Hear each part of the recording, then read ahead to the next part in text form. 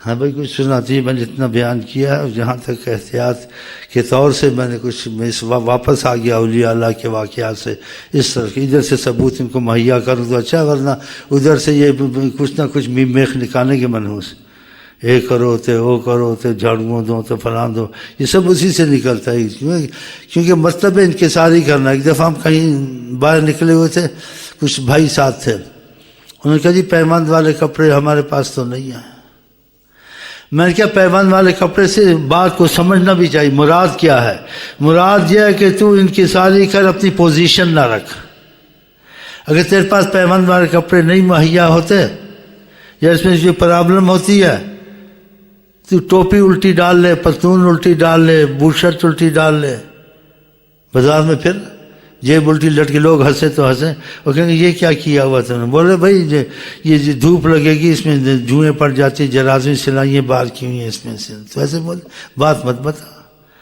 وہی پیمند والا ہے کہ پیمند سے مقصد کیا ہے؟ مقصد ہے انکساری، اللہ کے آگے اپنی پوزیشن نہ رکھی، کوئی حقیر تم کو جانے، تم حقیر ان کے لیے نہیں ہو رہے، تم حقیر اللہ کی ذات کے لیے ہو رہے ہو،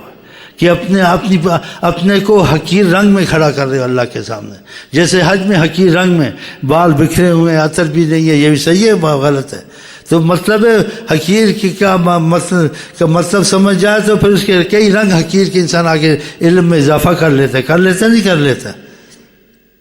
پھر وہ سمجھ گیا، پھر بعضوں نے ایسے کیا، ہاں الٹی پرتون ڈالے، الٹی تو گھر گیا تو بیوی کہ یہ کیا بن کے آ گئے ہو،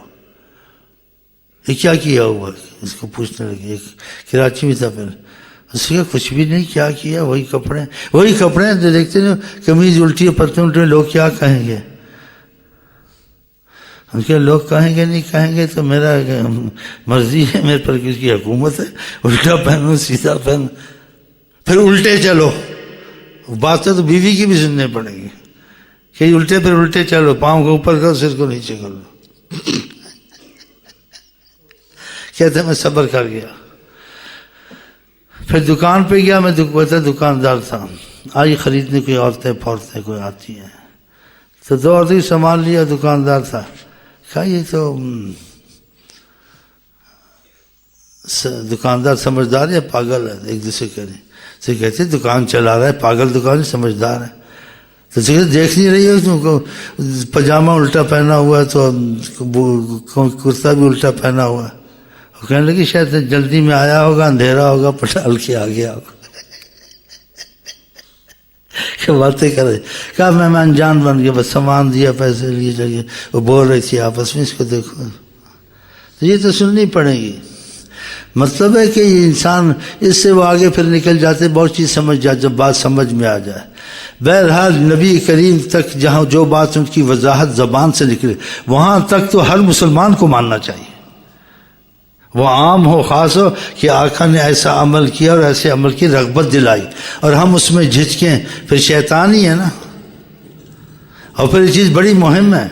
کہ تکبر کے مسئلہ ہے، اس میں تکبر انسان کا ضائع ہوتا ہے، اور اس میں تواضع آتی ہے۔ اسی آقا جی نے اسے تکبر نہیں کیا، جس نے گدے پہ بیٹھا، پیمند والے کپڑے لگائے، رب اور اسواق بازاروں میں پھرا، بتائیں۔ بہرحال ادھر تک میں نے وضاحت کر دی، باقی ان چیزوں کو چھوڑیں تو اللہ تعالی ہم کو توفیق دے، جس چیز میں حضرت محمد مصطفیٰ کی خوشی ہو، ہمیں اس چیز میں بہت خوشی ہونی چاہیے، اور بہت دل کو جیسے کہتے لگنی چاہیے۔ دیکھو اس پر کتنا خدا کا کرم ہوا، اس نے بوجھ بن، جیسے کہتے کوئی بات میں یہاں کہتا ہوں، حکمن نہیں کہتا ہوں، جبرن نہیں کہتا ہوں، تعلیم طریقت میں اس کا ہوتا ہے، ثبوت بھی اچھے خاصے ٹھوس پیش کرتا ہوں کہ کسی کو گنجائش نہ ہو، پھر اس کی مرضی یہ کرے نہ کرے، کیوں ایک چیز جبر سے کرنا، زبردستی کرنا فائدہ نہیں ہوگا، جب محبت کے رنگ میں کرے گا۔ اب دیکھو اس نے محبت کے رنگ میں کی تھی تو اس کی اتنی قسمت جا گئی کہ اس نے کہا آقا جی کی زیارت نصیب ہوئی، آقا جی نے کہا کہ خوشی کا اظہار کیا، کہا کہ میرے سے بات کی، کہا تم نے میں نے بھی پیمند لگائے، بتا۔ تو اللہ تعالیٰ کرے جس چیزوں سے انسان کسی سے محبت تعلق کرتا ہے تو اس کو خوش کرنے کے لیے اس کی مرضی پہ انسان ہوتا ہے، تو تو پھر وہ بھی قریب کرتا اس کو. تو یہ میں نے باتیں آپ کے